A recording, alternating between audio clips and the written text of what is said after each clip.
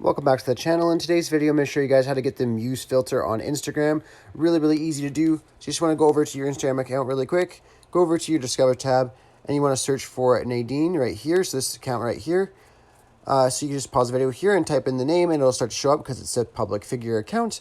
And then you want to go over to the filters tab here, and then you will see the Muse filter right here. And like all filters, you can go ahead and save it, or you could try it out right here. Really easy to do. I really hope I was able to help you guys out by showing you guys where to get this filter. If this video helped you out, be sure to leave a like on it and subscribe for more. Thanks for watching.